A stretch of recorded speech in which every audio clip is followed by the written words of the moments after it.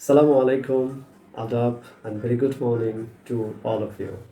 Dear viewers and learners, today I'm going to discuss an important topic subject verb agreement. Okay, so subject verb agreement, you see that subject verb agreement. So, what is the agreement? You know that when we will go to make an agreement between somebody or someone or between something, then what must be there must be some conditions. So what are the conditions? You know that subject for agreement has two important conditions. দুইটা গুরুত্বপূর্ণ শর্ত থাকে। চুক্তির কি থাকে? দুইটি গুরুত্বপূর্ণ শর্ত থাকে। সো সাবজেক্ট ভার্ব এগ্রিমেন্ট যে বিষয়টি আছে এখানে দুইটি শর্ত থাকবে। সো শর্ত দুটো একটু জেনে নিই। নাম্বার 1,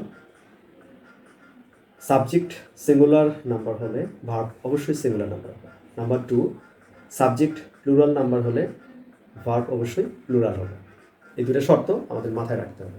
এবার যাই সাবজেক্ট সম্পর্কে একটু জেনে নিই। আচ্ছা, সাবজেক্ট হিসেবে আমরা কাকে ব্যবহার করে থাকি?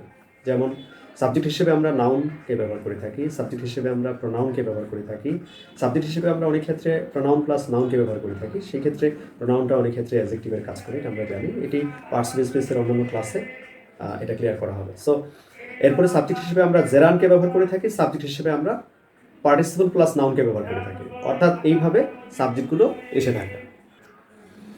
ওকে, সো এখন আমরা দেখে আসবো যে সাবজেক্ট হিসেবে যে সাবজেক্টগুলোর বিভিন্ন পার্টস অফ স্পিচ যে ব্যবহৃত হচ্ছে সেগুলোর ব্যবহার কীভাবে হচ্ছে। যেমন নাউন হিসেবে যখন সাবজেক্টকে ব্যবহার করি তখন আমরা কি বলি যে যেমন সাবজেক্ট যদি নাউন বসে, অর্থাৎ সাবজেক্টের যে পজিশন আছে এটা আমি পার্টস অফ স্পিচ চ্যাপ্টারে অবশ্যই একটা করে পার্টস অফ স্পিচ বোঝাবো, চেষ্টা করবো ইনশাল্লাহ। তোমরা সাথে থাকলে, আপনারা সাথে থাকলে অবশ্যই সেটা সম্ভব হবে। সো যখন আমরা নাউনকে সাবজেক্ট হিসেবে বসাচ্ছি তখন কি হচ্ছে, যেমন নাউন কাকে বলে? নাউন হচ্ছে কোনো কিছু নাম। Noun is a naming word. So honesty is the best policy. So অনেস্টিটা কি এখানে? সাবজেক্ট। তারপরে হচ্ছে Salam is a brilliant student. So Salam এখানে সাবজেক্ট, এটা নাউন। সো নাউনকে আমরা সাবজেক্ট হিসেবে বসাচ্ছি। এরপরে প্রোনাউনকে আমরা মাঝে মধ্যে ব্যবহার করি নাউনের পরিবর্তে, যেমন he is an honest man, she is a good girl, এরকম প্রোনাউনকে ব্যবহার করে থাকি। তো প্রোনাউন প্লাস নাউনকে কী হিসেবে ব্যবহার করে থাকি? সেটা অনেক ক্ষেত্রে আমরা প্রোনোমিনাল এজেক্টিভ যেগুলো আমরা দেখে থাকি, যে প্রোনোমিনাল এজেক্টিভ তার মানে প্রোনাউন প্লাস নাউন যুক্ত হয়ে যেটা হচ্ছে সেইটা। সেক্ষেত্রে নাউনের সামনের প্রোনাউনটা কী হিসেবে কাজ করছে? সেটা আমাদের এজেক্টিভের মতো কাজ করে, কিন্তু প্রোনাউন, এই জন্য ওটাকে প্রোনোমিনাল এজেক্টিভ বলে থাকি। অনেক ক্ষেত্রে আমরা এরকমও বলতে পারি যে ডেমনস্ট্রেটিভ এজেক্টিভ, ডিস্ট্রিবিউটিভ এজেক্টিভ, এগুলোর ব্যবহার আছে, চমৎকার ব্যবহার আছে, এগুলো আমরা পরের ক্লাসে জানবো। সো প্রোনাউন প্লাস নাউন দিয়ে, যেমন his honesty is phrase worthy, তার সততা হলো প্রশংসার যোগ্য, এরকম। এরপরে জেরান্ট হিসেবে আমরা নাউনকে ব্যবহার করি, যেখানে যেখানে নাউনকে বসানো যায় সেখানে সেখানে ভার্ব প্লাস আইএনজি দিয়ে যদি আমরা বসাতে পারি, ভার্ব প্লাস আইএনজি দিয়ে বসাতে পারি, সেটাই হচ্ছে জেরান্ট। তাহলে নাউন কি হিসেবে? প্রধানত আমরা নাউনকে দেখি যে নাউন ব্যবহৃত হয় একটা ভার্বের ডিরেক্ট সাবজেক্ট, ভার্বের ডিরেক্ট অবজেক্ট, ভার্বের ইনডিরেক্ট অবজেক্ট, আবার প্রিপোজিশনের অবজেক্ট, এইগুলো সাধারণত নাউনের ব্যবহার। তাহলে সেই জায়গাগুলোতে যদি আমরা ভার্ব প্লাস আইএনজি যুক্ত শব্দ বসাতে পারি সেটাই হচ্ছে জেরান্ট। যেমন আমরা এখানে সাবজেক্ট হিসেবে জেরান্টকে বসাচ্ছি কিভাবে? যেমন writing is an important part of our learning process, অর্থাৎ আমাদের শিক্ষণীয় যে প্রক্রিয়া, শিক্ষণ প্রক্রিয়া, সেখানে রাইটিংটা হচ্ছে একটি গুরুত্বপূর্ণ বিষয়। এরপরে পার্টিসিপল নাউন, তো পার্টিসিপল প্লাস নাউনকে আমরা সাবজেক্ট হিসেবে বসাতে পারি, যেমন যেমন রানিং বয় ক্যানট স্টপ সাডেনলি, একটা দুরন্ত বা ছুটন্ত ছেলে হঠাৎ করে থামাতে পারে না তার দৌড়টাকে। সো এখানে রানিং বয়, তাহলে রানিং আর রানিং বয়, রানিংটা হচ্ছে এখানে অ্যাডজেক্টিভের কাজ করছে, এই জন্য এটাকে পার্টিসিপল বলা হয়। তো এইভাবে আমরা কি করি? সাবজেক্টগুলোকে ব্যবহার করি। এটা আমি একেবারে খুব সিম্পল এবং সিঙ্গেল সাবজেক্ট হিসেবে ব্যবহার করা দেখলাম। এখন এরপরে যে আমি ভার্বগুলো নিয়েছি সেগুলো কিন্তু একটা দেখবার বিষয়। সো এবার একটু দেখে আসি আমরা সাধারণত সাবজেক্ট আমরা কীভাবে ব্যবহার করতে পারি, যে এর বাইরে। এগুলো তো আমি এমনি সাবজেক্টের মানে প্রোনাউন বা পার্টস অফ স্পিচগুলোর ব্যবহার বলেছি। তো আমরা সিম্পল সাবজেক্ট আছে আমাদের, এরপরে আছে আমাদের ডাবল সাবজেক্ট বা কম্পাউন্ড সাবজেক্ট আমরা তৈরি করতে পারি, তারপরে আমরা ফ্রেজাল সাবজেক্ট করতে পারি, তারপরে সাবজেক্টের ফ্র্যাগমেন্টেশন আছে, এইগুলো সাধারণত সাবজেক্ট আমরা তৈরি করি। তো সিঙ্গেল বা সিম্পল সাবজেক্ট কোনগুলো? এতক্ষণ আমি যেগুলো বললাম সেগুলো সিঙ্গেল বা সিম্পল সাবজেক্ট, যেমন সালাম, কালাম, জব্বার, তারপরে হচ্ছে আই, উই, হি, শি, ইট, তারপরে ঢাকা, বাংলাদেশ, লন্ডন, হ্যাঁ, দে, এগুলো সিঙ্গুলার প্লুরাল যেটাই হোক না কেন, কিন্তু এগুলোই হচ্ছে সিঙ্গেল বা সিম্পল সাবজেক্ট।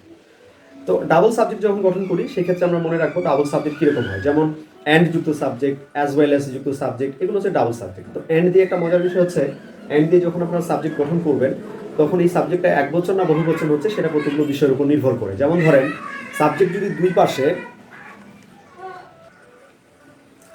সো যেটা বলছিলাম যে এখানে আমাদের যে ডাবল সাবজেক্টের ক্ষেত্রে একটা মজার বিষয় হচ্ছে যে এই সাবজেক্টটা আমার সিঙ্গুলার হবে না প্লুরাল হবে, কারণ আমরা তো শর্ত আগেই জেনেছি যে সাবজেক্ট যদি সিঙ্গুলার হয় ভার্ব সিঙ্গুলার হবে, সাবজেক্ট প্লুরাল হলে ভার্ব প্লুরাল হবে। সো এই ক্ষেত্রে কি হবে, তাহলে আমাদের দেখবার বিষয় যে অ্যান্ড যুক্ত শব্দটা, যেমন আমরা বলি two and two dash four, so এখানে আপনি কি বসাবেন, আর বসাবেন, ইজ বসাবেন, মেক বসাবেন, মেক্স বসাবেন, কোনটি বসবে?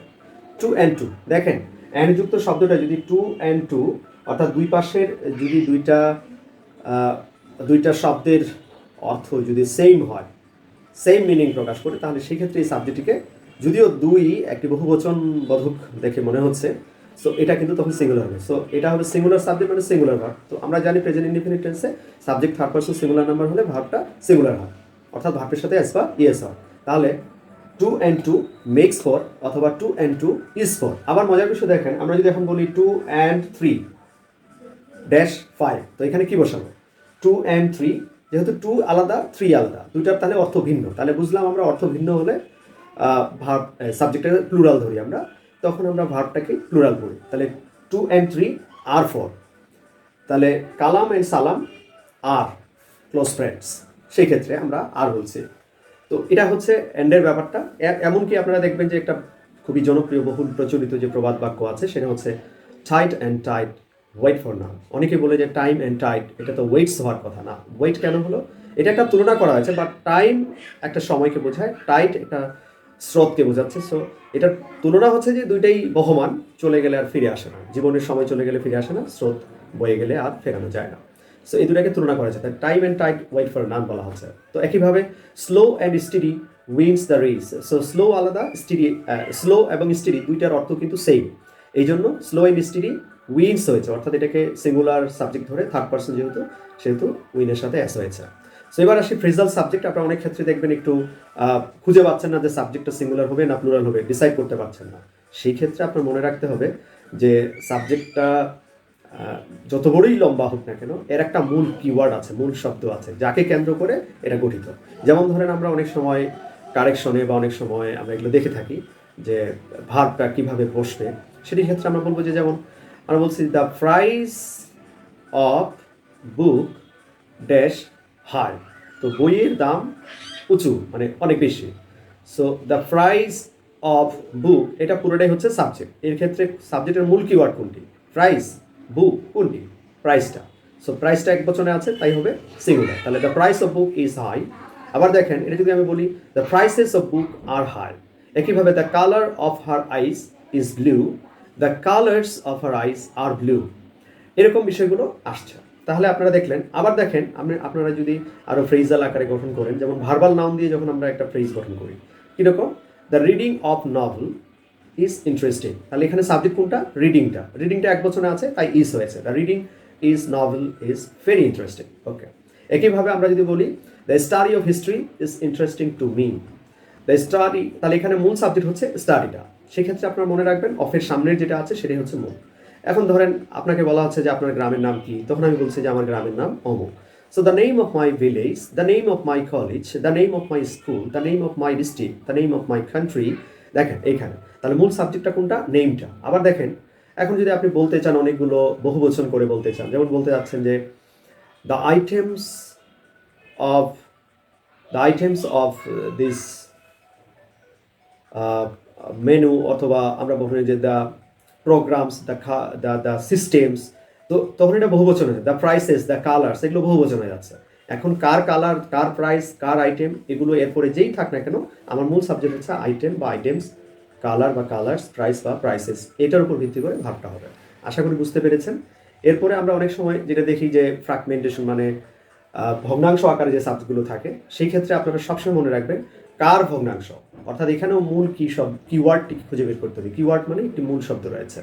যেমন আমরা বলি 1/3 অফ দ্য ম্যাঙ্গো, এখন 1/3 of the mango is rotten. So 1/3 of the mango, তাহলে এটা ইজ হবে না আর হবে। অনেকেই এ হয়ে যাবে, তাই না? 1/3 অফ দ্য ম্যাঙ্গো, ম্যাঙ্গোটা নাউনটা এক বচনে আছে না বহু বচনে আছে? নাউনটা এক বচনে আছে, সো ভার্বটা সিঙ্গুলার হবে, এক বচনে হবে। তাহলে কি বলে 1/3 of the mango is rotten. আবার দেখেন 1/3 of the mangoes are rotten, কারণ এখানে ম্যাঙ্গোটা নাউন, নাউনটা হচ্ছে এক বচনে ছিল ইজ হয়েছে, ম্যাঙ্গো ইজ, ম্যাঙ্গোস আর, এরকম বিষয়টি। আচ্ছা, তাহলে আপনারা কয়েকটি বিষয়গুলো জানলেন। এরপরে হচ্ছে আমরা সাবজেক্ট কীভাবে গঠন করতে পারি। তো আমরা সাধারণত যে ভার্বের ব্যবহারটা আমি বললাম, এক নম্বরের শর্তটা ছিল কি subject singular verb singular, subject plural verb plural, আমরা সেটা দেখলাম কিভাবে। তারপরে দেখলাম সাবজেক্ট কতভাবে গঠিত হতে পারে, এর মোটামুটি একটি ধারণা দেওয়া হয়েছে। এরপরে আসি ভার্বের বিষয়টা কথা বলি। ভার্ব সাধারণত আমরা যে দৈনন্দিন ব্যবহার করে থাকি, ডেইলি ইউজেবল ভার্বস আর main verb or principal verb. প্রধানত আমরা ব্যবহার করি মেইন ভার্ব বা প্রিন্সিপাল ভার্ব।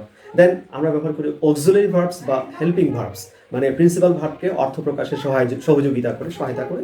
এটি হচ্ছে main verb, main principal verb বা অক্সিলারি ভার্ব, অক্সিলারি বা হেল্পিং ভার্ব। আর মেইন ভার্বটার আরেক নাম হচ্ছে প্রিন্সিপাল ভার্ব। সো এরপরে আছে মডেল ভার্বস। সেই ক্ষেত্রে আমরা মডেল অক্সিলারি হিসেবে যেগুলোকে ব্যবহার করে থাকি, অর্থাৎ আমাদের টেন্সে যেগুলো সাহায্যকারী ভার্ব হিসেবে নেই টেন্সে, কিন্তু আমরা বলার ক্ষেত্রে, লেখার ক্ষেত্রে ওই সাহায্যকারী ভার্বের মতো করেই ব্যবহার করি, সেগুলোকে বলা হচ্ছে অক্সিলারি। তো সেগুলো মডেল অক্সিলারি, টেন্সেরগুলো অক্সিলারি বা হেল্পিং, আর যেগুলো ধার করে নেওয়া মডেল হিসেবে ব্যবহার হচ্ছে মডেল অক্সিলারি। মডেল অক্সিলারি মধ্যে কি আছে, যেমন সে উড, কুড, শুড, হ্যাঁ, must, have to, has to, এরকম অনেক আছে। আবার এটার ভাগ আছে, আমি ভার্ব চ্যাপ্টারে গিয়ে ভার্ব সম্পর্কে বিস্তারিত বলবো। সো আমরা একটা ছোট সেন্টেন্স যদি বলি, কি বলতে পারি, যেমন I go, he goes, she goes. এটা খুব সহজ, he dances, she dances, she sings. তারপরে একটা অবজেক্ট লাগিয়ে দিই ছোট্ট করে, যে হি সিংস, সে গায়, কি গায়, আ সং। এখন এখানে আ সং একটি অবজেক্ট হিসেবে ব্যবহার করা আছে, এটা কিন্তু সংটা কিন্তু নাউন। আবার ধরেন একটা সেন্টেন্সকে আরেকটু বড় করতে চান, এবার অক্সিলারি বা হেল্পিং ভার্ব ব্যবহার করেন, যেমন হি সিংস আ সং। এখন আমি বললাম he is singing a song, তাহলে সেন্টেন্সটি আমার আরেকটু বড় হচ্ছে। আর একটা সময়ের ব্যাপার আছে, হি সিংস মানে সে গায়, মানে বর্তমানে এখন গায়। হি ইজ সিঙ্গিং, সে গাইতেছে, তার মানে বর্তমানে এখনো, কিন্তু এটা কন্টিনিউয়াস একটা ব্যাপার বোঝাচ্ছে, চলমান। এইভাবে আমরা যদি প্রেজেন্ট পারফেক্ট করি, he has Tsang a song, তাহলে হি sings a song, he is singing a song, সেন্টেন্সটা আস্তে আস্তে বড় হচ্ছে, he has Tsang a song.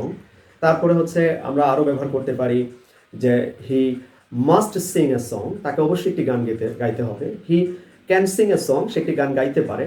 He May Singh a song, সে একটি গান গাইতে পারে। আবার আমরা বললাম he could sing a song, সে একটি গান গাইতে পারতো, এরকম বোঝাচ্ছে।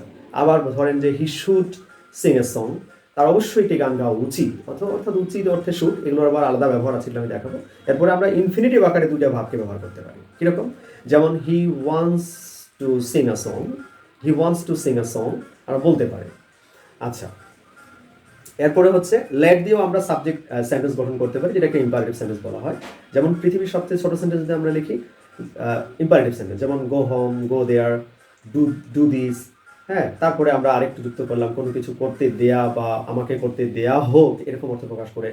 Let me Singh a song, আমাকে একটি গান গাইতে দেওয়া হোক। Let me write a letter, আমাকে একটি লেটার লিখতে দেওয়া হোক, এরকম। Let him dance in the party, তাকে পার্টিতে নাচতে দেওয়া হোক, এরকম অর্থে এগুলো ব্যবহৃত হচ্ছে। তো অবজেক্টগুলো, এখন আমরা সাবজেক্ট কথা বললাম, ভার্ব কথা বললাম, এরপরে আমরা অবজেক্টগুলো আস্তে আস্তে বড় করবো। অবজেক্ট হচ্ছে কি ছোট্ট একটা সিম্পল অবজেক্ট, যেমন হচ্ছে আই ইট রাইস, তো রাইসটা অবজেক্ট, একটা সিম্পল অবজেক্ট। তারপরে আপনি বললেন যে I dance in the party, in the party, আপনার অবজেক্টটা একটু বেড়েছে। তারপরে ধরেন যে আপনি বললেন যে হি টেক্স বিস্কিট, সে বিস্কিট খায়। আবার যদি বললেন he takes a piece of bread, তাহলে এটা অবজেক্টটা কি হচ্ছে, ফ্রেজ আকারে হচ্ছে, he takes a piece of bread. আচ্ছা, তারপর আপনি বললেন he worked in the field with his father, সে কাজ করছে, কোথায় কাজ করছে, মাঠে, কার সাথে, উইথ হিজ ফাদার। এভাবে আস্তে আস্তে আপনার বড় হচ্ছে। এরপরে আপনার অ্যাপোজিশনের ব্যবহার আছে। সো নানাভাবে এইভাবে সেন্টেন্স বড় করা যায়। সর্বোপরি এখান থেকে প্রশ্ন হচ্ছে আপনাদের জন্য যে সাবজেক্ট ভার্ব যে সম্পর্কটা, এটা মাথায় রাখতে হবে। সাবজেক্ট ভার্ব সম্পর্ক কার উপর ডিপেন্ড করে, সেটি হচ্ছে কার উপরে। অপশন দেই, যেমন number, person, number, gender, number and person, কার উপরে, এই তিনটি অপশন থাকলো। সো আশা করি আপনারা পারবেন। আর মাথায় রাখবেন, এগুলো বিসিএস সহ নানান পরীক্ষা আসবে, আপনার বলার ক্ষেত্রে, লেখার ক্ষেত্রে এই ভুলগুলো যদি হয় তাহলে আপনার বড় ধরনের ভুল হিসেবে হবে। খুব ছোট্ট বাচ্চারাও কিন্তু জানে এই বিষয়গুলো। আর আমাদের ইউটিউব চ্যানেলে প্রচুর ক্লাস আছে এগুলো বিষয়ে। তো আজকে এই পর্যন্তই। No more today, and I hope and wish that you will stay with me, and inshallah I will try to conduct many classes in this channel, and to get this kind of class, please like, share, comment and subscribe my channel. So Allah Hafiz.